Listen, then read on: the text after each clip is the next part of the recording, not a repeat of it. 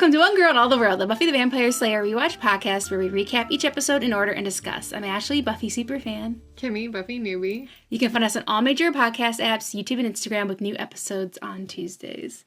So, we are together. In person. In real life. IRL. For once. Because this was an episode.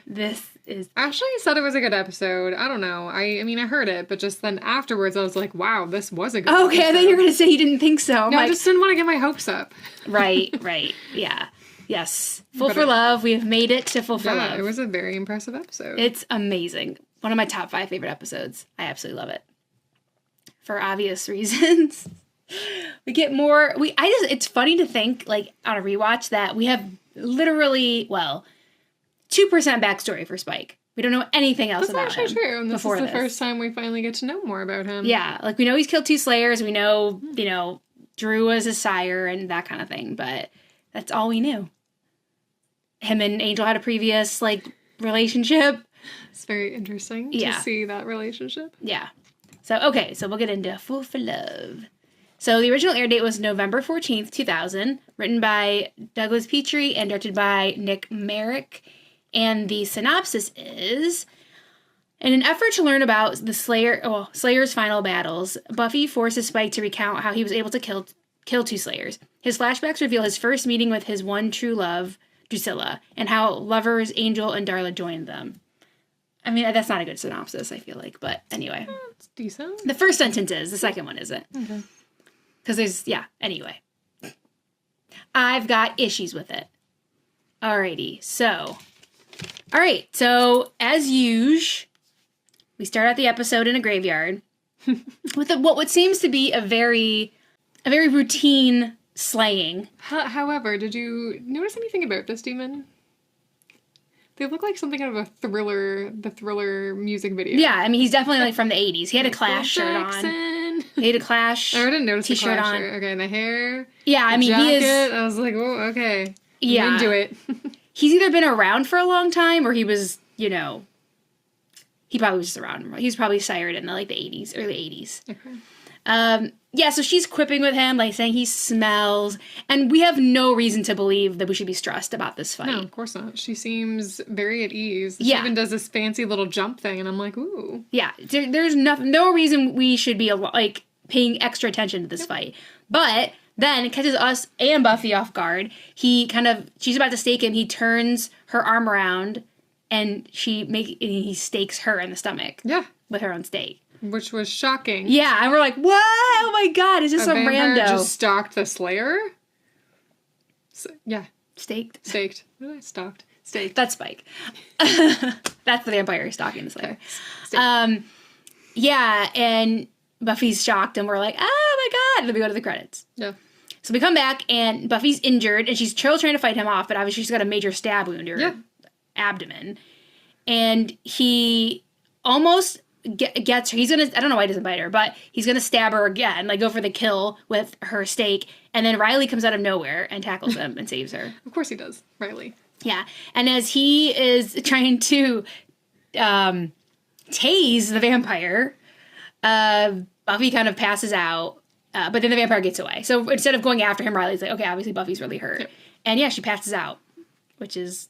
one of the things I liked about this scene is that there was a point, right after Buffy pulls a stake out and she goes to run and the vampire's chasing her or whatever, it's horror movie-y. It's slow-mo. Yeah. It was a really good scene. It was really well done. Yeah, and she's injured, so she's hobbling. It's so good. I mean, not good, but you know what I mean. No, it was good. Beautiful. Mm-hmm. Yeah, and I like when he's like, oh, wow, you were having so much fun. No sarcasm now, basically. Now things got serious. The tables have turned. Yeah, exactly. So we go to Buffy's room where Riley is dressing Buffy's wound. Bandaging her up. Yeah, bandaging her up. And this part is really interesting because he's like, what kind of demon was it? And she says, it was a vampire. A regular one. Oh, wow. How many? Just one. Wow, so it was a super, super vampire? No, it was just a regular one. He beat me. Yeah. So this wasn't anything special. No. And she's in the best shape of her life. Mm-hmm. She's been doing all this training. And all the crystals. Yep. All the headstands. All the headstands with crystals. She's doing all that. So yeah, she's definitely shooken up by that. It's just some random vampire that has nothing special that beat her. And then Dawn storms in for once with good reason to tell them that their mom's Joyce is coming. So they kind of like hide the stuff. Oh yeah, and before that, Riley says, "I do think you should go to like a doctor, to go to like a hospital." Yeah, and he's like, "Oh, my mom has enough to worry about. Like, I don't want to like freak her out. You know, I heal super fast. Like, she has super healing power, so she'll be okay." So Joyce comes in, and Riley's kind of hiding the wound, this like antiseptic stuff, and yeah, whatever. He's trying to hide it from Joyce, and Joyce is still not feeling good. You can tell, and she kind of says, "You know, I'm hanging in there," and she's like, "What is that smell? Are you disinfecting something?" And Dawn covers and says, like, "Oh, she was doing something with nail polish or whatever." Yep. And she's like, "Okay," and Joyce leaves. So Dawn is very happy with herself that she did a Slayer-related cover-up. She's like, "Okay, who's the man?" And I like when Buffy says, "You are a very short, annoying man." Yeah, that was funny. I love that. So because she shows Dawn the wound and everything and says we have to keep it from Mom, you have to help me around the house with chores, which Dawn's like, I don't want to do that. Okay, right, okay. But she's like, "Yeah, fine, okay, I will." And so Riley's gonna patrol. But he has to do it with the Scoobies. But she wants, Buffy wants him to do it with the Scoobies. Makes sense. Be safe. I mean, to be real, he's used to patrolling with a group. Yeah, that's true. Actually. Even if, in the military, he wasn't, out really patrolling on his own. I mean, occasionally, but... In the graveyard, Riley's patrolling with Anya, Xander, and Willow. Hand signals. Yeah. And they're eating chips. Just walking around, very casual, while Riley's, sneaking around, looking for any kind of signs of evil. And, yeah, they're doing hand signals. And it's interesting because... Xander probably should know what this hand signals means, remember? Because he has all that military knowledge. That's right. But apparently that's worn off. Doesn't know. And apparently it means faster, like speed up. And they call, Willow's like, "Maybe you should ask." He's like, "Hey, Riley! What's with the hand signals?" Yeah. And Riley says, "Yeah, it means yell real loud so the vampires know we're coming." And they're like, "Oh shit, sorry about that." So you guys need to nix the chips. Yeah. Come on, let's take this seriously. We're not being stealthy enough. Yes, that was a funny scene. So he's like, "Maybe we should split up." She's like, "Oh no, sorry." They're fine. He lets them stay. After they start yelling, and they kind of sneak through the cemetery. So at the magic box, Giles and Buffy are doing the Slayer research. I'm trying to do history of Slayers. Yeah. She had talked about this before at the end of Buffy and Dracula. Yeah, that's right. So they're doing that, but obviously now she has a little bit of fire under her because of what happened, because of her thing. And they're not finding anything that's helping Buffy understand her slip up. Like, why did that vampire beat her? What made the final battles of the past Slayers different than every other one they'd done? But I mean, when she's trying to look at the journal, she's not really getting anything because, all they can do is write what led up to whatever. Yeah. Obviously there's nothing after. So. Yeah, the final battle there's no details about the final battle. No. And Giles says if they're anything like me, it was too painful to go through that, which is sweet. Yeah, that was sweet. Because it's their daughters died, because the Watchers get close to their Slayers. Yeah. And he's like, "Yeah, there's no one left to tell the tale of the Slayers' final battles." And then Buffy realizes, oh yeah, there is. Spike's killed 2 of them. Yeah. So we go to Spike's, and he can tell that she's hurt. He's like, "Ow! Wait, no, that actually didn't hurt. Like, are you okay?" And Buffy's basically like, "You're going to tell me about the 2 Slayers you killed." Yep. So they're at the Bronze, and yeah, Buffy is going to pay him to tell her about his final 2 battles with the 2 Slayers that he killed. And he wants spicy buffalo wings. Oh, yeah. Because he's feeling peckish. He's like, no one's narrating on an empty stomach. So she's like, "Oh my God, are you serious?" Okay. Mm-hmm. And she turns to talk to the waitress, and he can tell, she winces, and he can tell that she's hurt. And he still refuses to talk without his buffalo wings. And then she says, "Were you born this big of a pain in the ass?" And he says, "What can I tell you, baby? I've always been bad." And then we finally get Spike's backstory. Yeah. When he shows how not bad He was. Well, okay, so what I was telling Ashley before we started recording is when we go back to London 1880, my notes say man writing poetry because I didn't realize it was Spike at first. Yeah. I was like, just some dude. Cool. Yeah. Victorian England, London, 1880. 1880, yeah. So yeah, we meet William the poet, who is at a party. I also forgot his name was William, so there's that. Yeah. Man? Oh, who's that? William? Who's that? Spike? Oh! Well, it clicked in when they said William the Bloody. Yeah. So it took the whole time when they were talking, and they said William the Bloody when he walked up to that group. Mm-hmm. It took the whole time for you to realize that was Spike? Yeah. That's right, yeah. Oh my, okay. Like this group talking about Rash's appearances? Yeah. Oh, wait, I put S question mark there. I was like, maybe? Oh, okay. You were like... Maybe.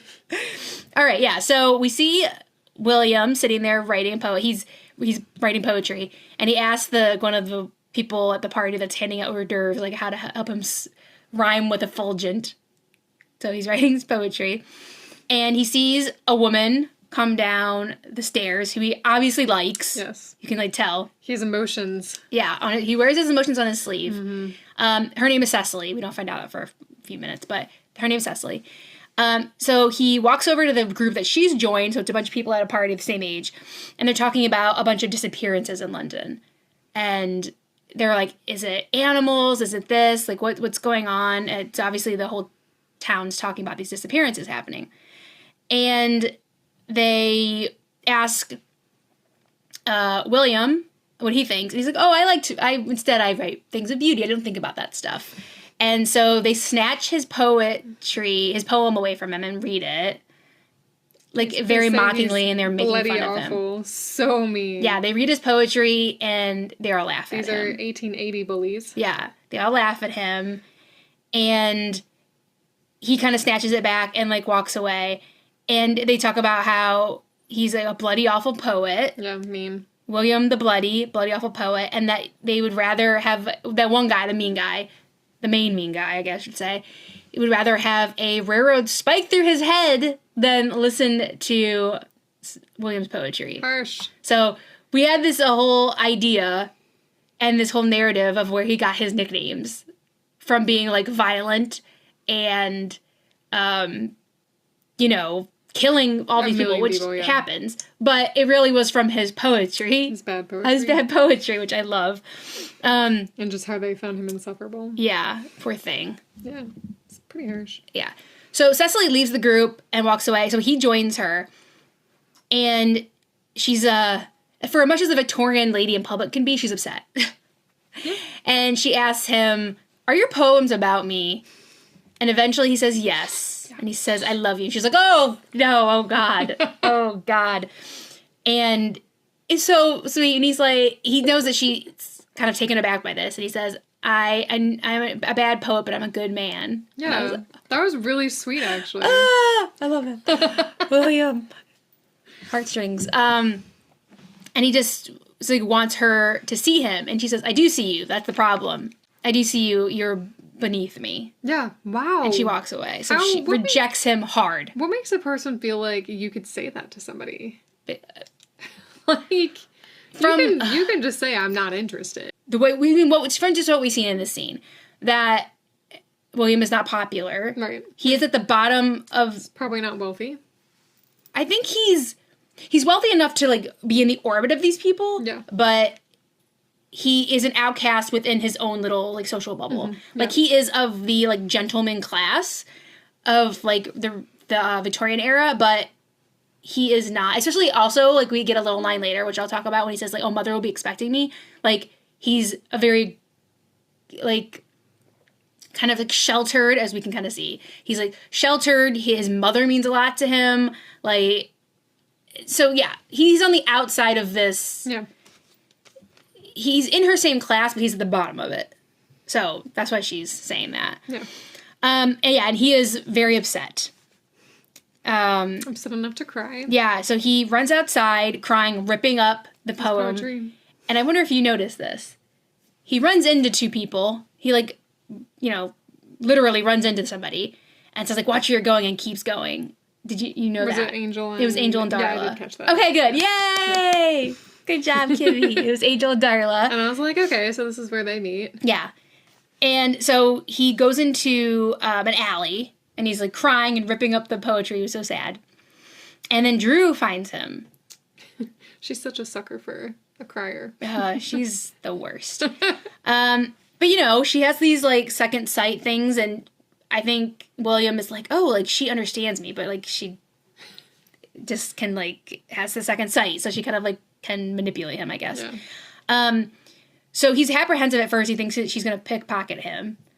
And it's like, okay, like, stay away from me. Like, this weird lady approaching me in an alley. But then she kind of says, like, oh, they don't understand you. And your wealth lies in your heart and your head. And so he's like, oh, wow, like, you understand me. Like, you do understand me. And she turns, and he's startled, but he doesn't, like, run away or anything. Yeah, he's, like, curious almost. Mm-hmm. Yeah. And she starts to bite him. She does, like, kind of, like, ask him. Yeah, she does, and he wants it. But not clearly. Well, she, like... There's some interesting stuff going on here. What's that word I want? She takes advantage of it. Mm-hmm. Yeah. Yeah. I think if he was like... She was like, you want me to make you a vampire? He'd be like, no. But he's in, like, a very vulnerable place and thinks that she understands him. And so she starts to bite him, and he's like, that hurts. So, like, he's kind of freaking out, but then he kind of, like, smiles. So there's, like, there's, like, interesting... That's a very interesting scene. A little weird, yep. Yeah. So he's, like, kind of okay with it, but, yeah. All right, so then, she turns him into a vampire. So in the graveyard, the gang sees the vamp that had staked Buffy. He's a very distinctive thriller look. Vamp. I call him the thriller vamp. vamp. Thriller vamp. Very distinctive look. And he goes into a mausoleum, and it sounds like there's a bunch of guys hanging out in there. Yeah, it's a vamp frat party. So Riley kind of sneaks up, says, there's a bunch of them, and they're kind of mocking Buffy. Because he's kind of retelling him stabbing her, and she was like, and all this stuff. Oh, yeah. And so Riley says, there's too many of them. We're going to have to come back in the morning when they're sleeping, and we have the advantage. So at the Bronze, Spike's telling Buffy about the experience of becoming a vampire. While they play pool? Yeah, they're playing pool. Saying, like, it took him dying to feel alive. Yeah, he felt alive for the first time. Yeah, and... he could make his own rules now, because he was a very, like, rule follower, good boy, even though he was, like, 26 when he got turned. Like, a very good guy, and a rule follower and everything. So now he was going to make his own rules, and he, like, got kind of, like, drunk on this, like, freedom, but he needed a gang. Okay, so it's the same year, but we go to Yorkshire, 1880. So he's a very, very young vampire. And Angel, Darla, and Drew are mad at him, because Spike has been too bold, and he's drawn attention. He's drawn way too much attention. Yeah, and they've had to, like, flee because people are coming after them. Angel accuses him of liking attention a little too much. Yeah. And, he's a infant vampire, so he doesn't, he hasn't reined in his nutcaseness yet. He's, like, wild. Spike is wild, and they have a confrontation with each other, where Angel's like... we have to be hiding here in this, like, mine shaft because of your behavior. And Spike says, do you ever get tired of fights you know you're going to win? Like, don't you just ever want to, like, risk it? And Angel's like, no, I don't want to. And we know that you notice an Angel here has a Irish accent. Yes, I did notice that. Okay, yeah. Because I don't know if we talked about it before. And he also doesn't seem evil at this point. Interesting that you say that. I mean, he seems restrained. Interesting that you say that. Okay. Because I was did he lose his soul after this or something? He is still evil at this moment. Really? Yes, but hang on to that thought. Okay. Yeah, he's like, you know what? One of these days, an angry mob's gonna teach you a lesson. That or the Slayer. And Spike's like, what's a Slayer? And that's when his obsession began. We went to the Bronze, and Spike's talking about how he became obsessed with the Slayer. He didn't know it existed, but once he did, he was obsessed with her, that he sought out the Slayer when everyone else tried to hide. Yeah. And, like, that was, like, the one thing that vampires had to be scared of. And so now we start this whole thing about, like, him teaching her lessons. Yes, first lesson. Yeah, first lesson is always reach for your weapon, which hers is, in this moment, is going to be the pool cue. And he's already got his, which is his face. He's a vampire. Yeah, his demon. So then he talks about the first Slayer, So then we go to China, the Boxer Rebellion in 1900, and Spike is fighting the Slayer. And this is a really cool scene. Yeah. That he talks later, James Marsh talks later about how, I think he said, like, the girl that's doing the stunts for the Slayer is Bruce Lee's niece. Oh, wow. Yeah. Okay. So he's like, cool. She is deadly. Damn. And then what's interesting is she has, like, a sword, and she, like, cuts his eyebrow. So in the Buffy lore, that's how he gets his big scar on his eyebrow. Okay. Like, I have one that matches. Mine's much less cool, though. But in real life, James Marshall got it when he was mugged in New York City. That's when he got the scar. Yeah. Oh, damn, okay. So, but in Buffy lore, that's how he got it. The Slayer gave it to him. Okay. It's just a really pretty steak. I don't know if this is the first time I've noticed it. When she drops it, it's, like, all, like, carved and, like, ornate carvings on it. Did you notice that? Yeah.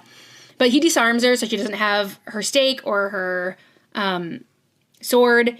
And then he, like, gets her in a grip and he bites her. Yeah, that's gotta be, like, the most awful way for a Slayer to go. Yeah, yeah. And she says in Chinese to tell her mother, like, tell my mother I'm sorry. And he's like, oh, too bad I don't speak Chinese. And I'm like, why would you even tell your killer also to go find your mother and tell her sorry? Because, no, I'd be like, I don't have family. Like, leave everybody alone. So yeah, the Slayer dies. I'm sad. Yeah. So then Drew comes in, and they're very excited that he's killed a Slayer. Look at Spike's right here, and by my arm with his big scar on his eyebrow. And she tastes the Slayer's blood. Yeah, he gives her a taste of the Slayer's blood, and he's like, "Have you ever heard that a Slayer's blood is a powerful aphrodisiac?" Yeah, so they do it because they're, like, so excited about him killing the Slayer. So later they're, like, walking, they're just, like, casually walking through this rebellion where, like, it's chaos. Yeah, it's crazy. It's chaos. Really scary. And they're just like, la la la la la. They find Darla and Angel, and they tell Angel and Darla that Spike has killed the Slayer. Yeah. And I put Angel acting weird. So this is 10 years after Yorkshire. He wanted to leave, right? Yeah.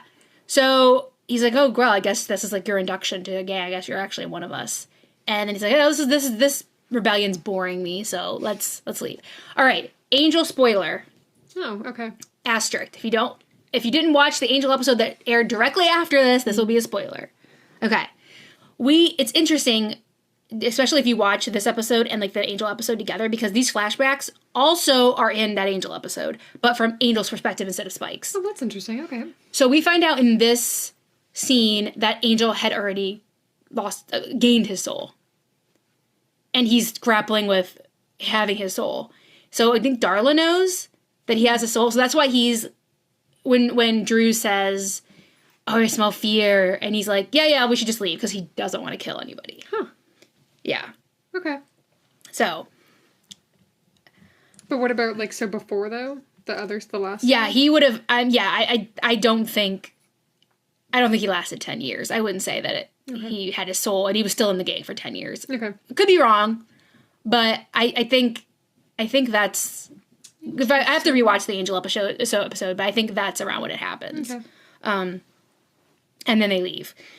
So at the Bronze, Buffy is grossed out that he got off of killing the Slayer. Because that is gross. And he's like, you don't? I mean, Faith also had this conversation with Buffy about, like, killing, like, the vampires and stuff. Mm-hmm. So there is a thing here. Spike is not the only one that has caught on to this, okay? Buffy and Riley have shown this as well. So he's not totally off base here. So he said it was the best night of his life. Best night of his life. And he talks about how that the vampires just need one good day. Like with the Slayer. Even if it's not them, they just have to wait for somebody to have one good day. And he pokes her in the stomach. And she's like, ah! And then he's like, ah! And he's hurt her. And people are staring. And she's like, okay. And in the graveyard, Riley goes back alone at night without the gang. Dumb. Like, he has to be some kind of, like, hero. Big dude. Or like, why don't you just, like, why not wait until... My penis is so big. More, I guess. My penis is so big and it's, like, camo looking. Like, because I'm in the military. Or he was. So he goes back, he walks in there, he kind of fights them, like, there's, like, four or five of them. Yeah. He kind of, like, shoves them all in, he throws a grenade in, and then, like, runs out, and of course it blows up. He does take Thriller Vamp, though, I'll give him that. Mm-hmm. Yeah. But, like, that was so stupid. Yeah, he is stupid. Like, that was unnecessarily foolish, I would say. Because he could have got himself killed. Yeah. So at the Bronze, outside, they go outside, and I put, Buffy Spike fight. It's a really good fight, because they are very evenly matched. They are, yeah. And they always have been since School Hard. Like, they've always been great to watch. They've been very evenly matched, like, physically. And he talks about the second lesson is, like, you have to ask the right questions. Yeah, because she said, how'd they die? And and then he's like, no, it's how'd they lose. Yeah, it's not why I win, it's why they lost. Right, yeah, okay. Which is very different. And then, well, first of all, also they, like, kind of, like, are fighting. They're almost, like, shadow boxing, kind of. And he says, she's like, you can't, that didn't hurt, or whatever, talking about the next Slayer. And he says, I didn't have any intent to hurt you, so the chip didn't go off. So that's a little interesting tidbit. He knew he wasn't going to touch her. He knew she was going to block his blows and everything. So, anyway. And then he's like, you're not ready to know what happened with the next Slayer. Or you're not ready to know why they lost. And she's like, I'm ready. So then we go to New York, 1977. Yeah, so you called New York and New York and London. So good job. Not bad, not bad. You gave me 5 guesses, though. So. Yeah. All right, so this is a really, really cool fight. They're on a empty subway car. At night, yeah. Spike is fighting a Slayer on the subway. Disco Slayer. Punk Spike. Yeah, I have to say, like, 70s, yeah. Yeah, the Slayer's like a disco. Yeah, disco and, Slayer. She's cool. Spike is definitely Punk Spike. So this is like the 70s, 80s. Yeah. 77. They gave us a date. He's looking 80s, I would say. She's looking 70s. Yeah. He's like ahead of the curve. It's late 70s, so. I guess, yeah. You know, things are starting to overlap a little bit. This is a great fight. It is. It's a great fight scene. And I think James Marsh talks about this being one of his favorite fight scenes from the show. It's just cool location. It's just done really well. Now, this is going to be a little bit hard to talk about because... back and forth. Yeah, it switches back and forth where he's talking to Buffy in the present, he's talking to Buffy in the past while he's killing the second Slayer. So, yeah, this is going to be a little bit confusing. But it goes back and forth when he's saying that, basically, that the Slayers have a death wish. I found this really interesting. Mm-hmm. Yeah, just how he talks about that. Like, how they basically want it. Death is their art. Yeah. So they do, like, they kill, and then they also want to be killed? Yeah, I think they said, like, when they see, like, the peace happening when they kill something, that, like, they wonder what that's like. And it's not only the fear and uncertainty ending, it's also that they're a little bit in love with it. Like, eventually they want to give up, subconsciously or consciously. They want it to be over. Yeah, and Buffy has felt like that at times, I feel like. Yeah, and that's why they lose. It's not about the opponent. It's about the choice that they're making, like, subconsciously, that they want it to be over. Yeah, so basically saying that they have a death wish, and at the point when they lose, they essentially choose it without knowing. And then Spike, in the past, breaks Slayer's neck. Yeah, he snaps it. Jeez. And he takes her duster. And that is Spike's duster. That's where he got his duster from, that he wears in every single episode. Do you notice him trying it on and everything? I didn't catch that. You didn't catch it? Oh, and he's worn that ever since. Mm-hmm. Okay. So that's where he got it. He got it off of a dead Slayer. Okay. Which I loved that little, like, detail. And I thought it was interesting because he said the only reason she's actually still around is because of her ties, like her friends, her family, but death is inevitable for all Slayers. Mm-hmm. Yeah. And he says, he tries to the world, and that one day she's going to want it and he's going to be there. Then he kind of almost kisses her. He kind of, like, steps forward. She's like, what the hell are you doing? And he's like, and then she, like, pushes him down on the ground, and she says, say it's true, like, say if I do want it to end, basically. It wouldn't be you. Yeah. Like, it would never be you that killed me. And then she throws the money at him and says, you're beneath me. So we've come full circle. Yikes. Damn, she was a little harsh there. And she walks off, and Spike, like, picks up the money off. It's very pathetic. Crying? And he's crying, and he's picking the money off of him, like the cash that she threw him. It's almost like that, the first scene with the poetry. Mm-hmm. Damn. Yeah. Because he loved that Cecily girl. Yeah, and now, like, this girl that he maybe loves is also saying that she's beneath him, that he's beneath her. Yeah. So Spike's not happy. We go to Spike's with Harmony. We go to their crypt, and he is getting a shotgun. And Harmony's like, what is wrong with you? Like, you can't, like, kill her because of the chip. And technically he can, but it, you know, he can still technically do it, but it's going to be extremely really painful for him. Yeah. Like, he punched Tara in the face. It hurts him, but he still was able to do it. Yeah. He just has to, like, do it anyway, even though he's going to be in pain. He's like, yeah, it's going to hurt, but he says it's going to hurt like hell for 2 hours, but she'll be dead a lot longer than that. So he is very much, just like the last episode, where he's like, this is going to end, and so I'm going to let these other demons do it. And then he intervenes. And now he's like, he's being tormented inside, basically. He's tormenting himself. Yeah, he is tormented. So he's going to go kill Buffy. He's going to go shoot her. And then we get a very important flashback. The last one of the episode. So South America? South America, 1998. Okay. So this is where Drew and Spike went after they left in season 2. Okay? When remember he, like, leaves with Drew and leaves Buffy with Angel when they're fighting? This is where they go. They go to South America. Okay. And we already know that Spike said in season 4 that Drew cheated on him. Yeah. Or season 3. And she cheated on him and with a chaos demon with, like, antlers and stuff. We tell in season 4 he says that, like, she cheated on him a few times. But Spike catches Drew cheating on him again with that demon, who's, like, so nasty looking. Just how Spike described it. I love how they, like, brought that in from, like, season 4. How he described the demon. Yeah, it's like antlers and, like, mucus and stuff.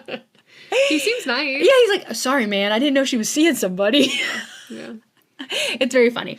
So Spike catches her stepping out on him, and they're fighting. And she wants to know why he hasn't killed the Slayer yet. Yeah, why didn't you kill the Slayer? Why can't you push her away? He's like, hello? He's like, I only, like, made that truce with her to, like, save you. And, he's like, I haven't talked about her since we left California. Like, why can't you just forget her? She's saying, like, all I can see around you is the Slayer. You're covered with the Slayer. You taste like ashes. Oh, and I look at you, all I can see is the Slayer. Yeah. So we kind of know now why Drew cheated on Spike. Even though I don't think, she had slept with Angel and all kinds, like, I was a serial cheater, it sounds like, their whole relationship. Yeah. And Spike was not. But, yeah, she thinks he's preoccupied. Again, she has the second sight. So she knew then that he had feelings for Buffy. That he was, like, repressing a lot by when they, like, had their little truce in season 2. Which is weird, because I definitely wouldn't have thought about it then. I see it now in this season, but I didn't see it before at all. Yeah, that's fair. That's totally fair. And I think this is very important because, like, I feel like at the time people that are watching first time like, that came out of nowhere. But we see, like, that it didn't. But also James Marsters has talked about how he played a sexual attraction to Buffy, like, from the very beginning. So this all, like, tied together nicely. Like, undertones of it. All right. So then we go to Buffy's home. She's talking to Joyce. She's packing. She's packing a bag. Weird. Yeah, and she was just not going to tell them. Was she just going to, like, leave and, like, disappear for the night, I guess? But, yeah, she's going to go to the hospital for observation. She's going to have a CAT scan. Also, they don't do these overnight, just FYI. So I'm kind of curious to see why they want to observe her overnight. It's obviously more than just a CAT scan. Yeah, I think it's probably observation and a CAT scan. But, yeah, I don't know. This is a weird, anyway. Yeah. She needs her conditioner because, God forbid, she goes one night in the hospital without conditioning her hair. Yeah, that was weird. Yeah. Usually you don't, like, shower in the hospital? I mean, if you're there long enough, you do. But if she's going for one night, I'd be like, I'm not shower when I get home. I don't want to shower in the hospital. Ew. All right. So anyway, Buffy's very upset by hearing this. But she kind of keeps it together in front of her mom. And her mom's trying to reassure her that it's going to be fine. Like, even if something isn't okay, like, they've caught it very early and all this. And Buffy's like, yeah, of course she'll be fine. And so Buffy goes out onto the porch and is crying. And who walks up to her but Spike with his big old shotgun? Yeah, big old shotgun. And she's like, oh, what do you want? Like, I have enough dealing going on. Like, what are you dealing with you again? And he sees that she's crying. Yeah. And something in him just changes. Yeah, his face changes here. He's so pissed off at her, then he's like, oh, what's wrong? What's wrong? Says she doesn't want to talk about it. And he's like, is there anything I can do? Like, it goes from Spike to William immediately. And so he sits down next to her, puts the gun that he was going to kill her with aside, because he's changed his mind again. And he just pats her on the back. Yep. He pats her on the back, and they sit there in silence together. While she cries. On the... Didn't make me teary-eyed at all. On the porch. Nope. Obviously, Ashley, too. These two. Okay, yeah. This was a very sweet moment, I'll admit. Come on. He was not going to do it. I hated Spike until this scene. Yeah, so he pats her on the back and just sits with her because she doesn't want to talk about it. And that's the end of the episode. Yeah, and I was just like, what? Yes. I almost went to the next episode, but I was like, no. I love when you say that. I was scared if I did, then I would confuse when we talk. I have to watch them after we record. Yeah. I don't want to get them confused. Yeah, I try also to do that, because even though I've seen them all, I don't want to, like, get ahead of myself. Yeah. Even though I've seen them all anyway, I want to, like, try to, like, focus on one episode at a time. Yeah. So that is the episode. That was quite the scene. Oh. So my favorite scene, there's so many. Favorite quote. I skipped over quote. I know I'm a bad poet, but I'm a good man. Aww. William. Okay, that is a good quote. I love that quote. That's an underrated Spike/William quote. That is, like, so sweet. That's sweet. And then I put my fave scene when we meet William, because it's such... the ending scene is good, too, though.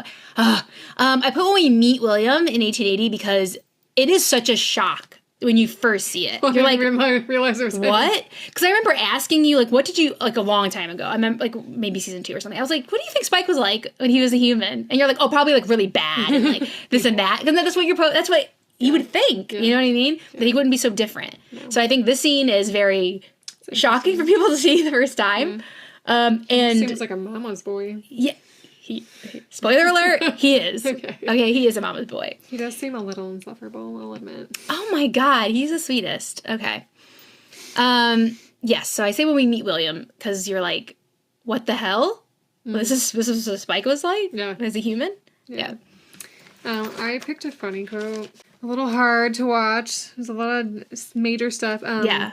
When Riley was bandaging her up after she got injured, she's like, at least no major organs got kebabbed. Yeah. That was really cute. I like also that scene when she says, oh, you probably think I'm a wuss now or something. He's like, oh, no. Oh, yeah, I like a girl that can do a couple rounds of tennis with a major stab wound. That was good, too. That was good, too. My favorite scene was the end scene. Yep, I'm going to take that one. Okay, good. Yeah. Because I was like... That was such a good scene. I mean, obviously, Spike's like every scene, pretty much, in this episode, so Spike's going to be in it. I can see why it was in your top favorite 5. Yeah. All right, so my rating... 5 out of 5? Duh. Okay. I mean, come on. I was never going to not pick 5 out of 5. I said it's one of my top favorite episodes of 5 top episodes. Like, come on, it's going to be a 5. So we finally get Spike's backstory, which... I'm like, damn. We're in season 5, and... Of course, I watched it so many times. I forget, like, it took this long to get it. Yeah. So it's lots of important stuff in there. So much. We finally see him kill the 2 Slayers. We find out what he was like as a human, how he got turned, like, so much stuff. How we found, like, why Drew cheated on him, that she saw that he had feelings for Buffy in season 2. Like, wow. A lot of stuff with Spike's backstory. Yeah. I said Drew knew. Also, a big thing is this Buffy kind of admitting that he's right about the death wish. Yeah, that was the weird scene for me. Yeah, there's a lot of, like, unspoken, like, kind of said, but there's a lot of reading between the lines. Yeah. A lot of reading between the lines that needs to happen in that scene. Yeah. Her kind of being like, that's not true. And then, well, if it was true, let's just say it was true, it wouldn't be you. Yeah. You wouldn't be the one to kill me. But, yeah, I think Buffy's... I mean, come on. We, like, know Spike is extremely emotionally, he's not emotionally mature, but what am I trying to say? Like, he's like, he picks up on all this stuff. Every time, every character, he picks up on stuff. Emotionally attuned? Yeah, he's emotionally attuned. He's spitting facts. And then Buffy doesn't like them, but it's true. Yeah. So, the fact that we've kind of, like, establish that this is why he was able to beat 2 Slayers. Okay. Is interesting. Yeah. That's fair. And then also Joyce's illness. She's going in for a CAT scan, so we might know something next episode. Yeah, I'm waiting on that. Mm-hmm. I'm curious because, like, I feel like earlier in this season, where they were alluding to like it being some sort of mystical thing. Yeah. But now it just seems like no, it's just like a health thing. Because when she did her trance thing, she didn't see anything around Joyce, right? Yeah. So it's not. There's nothing. It's a health concern, like a real health concern. Yeah. So. One Buffy can't fight. Yeah. Yeah. So that really leaves her feeling powerless. Yeah. Yeah. Because like. I feel like she was, I think she was almost, like, relieved when she found out it could be, or she thought it was, something mystical. Yeah. She's like, oh, this is my wheelhouse. I can fix bam, this. bam, bam. I'm going to punch this thing out of my mom. Yeah. And, it doesn't look like that's the case. No. So that's interesting. I'm curious to know more about that. Yeah, I like seeing Spike's backstory, too. Interesting, the last scene, especially with Drew, when she's just like, all I can see is the Slayer on you. Because, like, as you said, like, I guess... You said they alluded to it before, but, like, for me, I'm just, like, I didn't see it. I don't know. I didn't see it. Oh, it was very, like... I guess. Okay. It wasn't, like... It didn't hit you over the head with it. I feel like the rug was pulled out from under me in this season. Okay. I'm just like, what is going on? Right. So, yeah. Anyway. But, yeah. Good episode. What did you rate it? Oh, sorry. 4.8. 4.8. Okay. 4.8. Yeah, That's I gave good. it a high rating. Yeah. And, yeah, I'm kind of curious to see... Yeah, what happened? She got injured. What? This has never happened before. Mm-hmm. She let a vampire stay. Well, not let her, but she didn't let the vampire stay. Yeah, I know what you mean. What's gonna happen? Yeah. It's shaking her for sure. Shook me. I mean, it shook her enough to spend the evening with Spike playing pool. So, and buying him chicken wings. Also, I want to say, like, Spike's name also was, like, the William the Bloody, and the Spike thing was a turn on that, which we didn't think... It was a different origin than we thought. And his coat. Like, the origin of his coat was crazy. That it was a dead Slayer's coat. Like... Oh, damn. That's crazy. He's so bad. He's so bad. Ashley likes it. Stop being bad. But be bad with me. I like the sweet William and the bad. The two sides of him, which we both saw both sides come out in the last scene. Anyway, okay, I'll stop talking about Spike now. Okay, your question for next episode. Season 5, episode 8, The Shadow. Shadow? Where does Riley take Dawn? What? Oh, God, I don't know. He could take her anywhere. It's somewhere, like, to get her mind off her mom and, like, a fun thing. A fun outing. I'll give you that. Let's go with, like, do we know where Sunnydale is supposed to be? Is it supposed to be in Southern California? It is, yeah. Disney? Can I say Disney? It's not... It's not close to Disney, but okay. You can say Disney. Or like, okay, let's say Disney. I'll tell you, they didn't shoot at Disney. I'll tell you that. Okay, much. Disney / some sort of like. But it has a connection to Disney. Okay, so I got something right. Theme park. I don't know, like Six Flags, something. A theme park. Okay, or Carnival or whatever, something like that. Okay. Something in that vicinity. Okay. All right. You're warm. Yeah, Ooh, I like it. Yeah, you're warm. So that wraps up Season 5, Episode 7, Full for Love. Again, you can find us on all major podcast apps, YouTube and Instagram at One Girl and All the World Pod, and you can also email us at onegirlpod@gmail.com. Thanks for joining us, and we'll be back next week with Season 5, Episode 8, Shadow. Slay you real soon. Bye!